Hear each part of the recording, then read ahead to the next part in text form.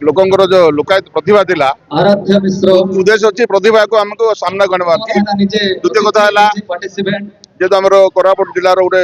बहुत पुराना कटपाड़ सहर जोटा कि जो पुष्पुनी बहुत सुंदर भाव आगे होता पुष्पुनी नाटरे लोक आम जो पुराना किसी लोक पुष्पुनी रे भाग नहीं जो पैसा उपार्जन कर उपार्जन में आम गोपबंधु पाठागार भी तैयारी बोल शुणा जाता से टाइप पुष्पुनीटा धीरे धीरे लोक पाइबा गलानी जेहेतु लोक लोक दिन दिन यहाँ लाज होती तार जो लोक बाकी आम कि लोक सामना को आणबू तार आम आज गोटे योजना करूँ यहाँ द्वितीय वर्ष आमर ए वर्ष जो कार्यक्रम है बहुत सुंदर कार्यक्रम होता प्राय 100 रु ऊर्ध्व कलाकार भाग नहीं आगामी दिन में आम आहरी सुंदर करने चिंता करूँ। निश्चित रूप से देखो गोटे देखो गोटे खुशी माहौल अच्छी आज कोटपाड़ आम गत वर्ष या आरंभ करूँ कहीं ये कला पूरा लुप्त हो जाऊला धीरे धीरे लुप्त होता माने आप जयपुर नवरंगपुर बोरीगमा अंचल देखिए किसी भी नाला कोटपाड़ अल्प किसी थिला तथापि आउ थे उज्जीवित करके आगामी पीढ़ी आम साहित्य रखू से प्रयास थिला तेणु आम गत वर्ष प्रयास कर आज ए वर्ष टे आउ टे अधिका किसी कर चेष्टा कर सफल हो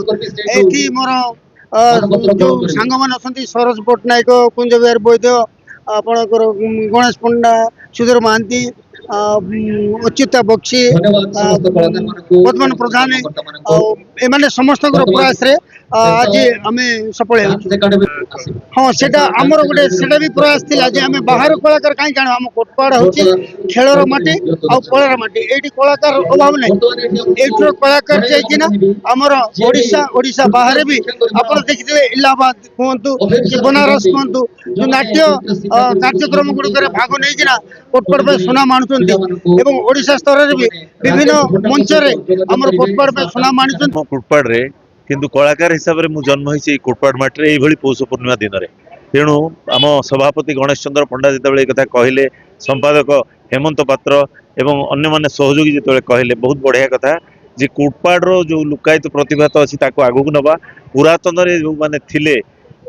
दिवंगत कलाकार माने सेमानकु जदि आमे मरणोपरांत सम्मान प्रदान करिबा ताहेले आगामी पीढ़ी निश्चित भाव प्रेरित हेबे आ सेई जो माने हमर पूर्व पुरुष आम जन्म पूर्व बापा माँ को जन्म पूर्व से माने कलाकार माटे कला एठी कला प्रदर्शन करथिले जेमिति कि आज वृंदावन बक्सी महोदय को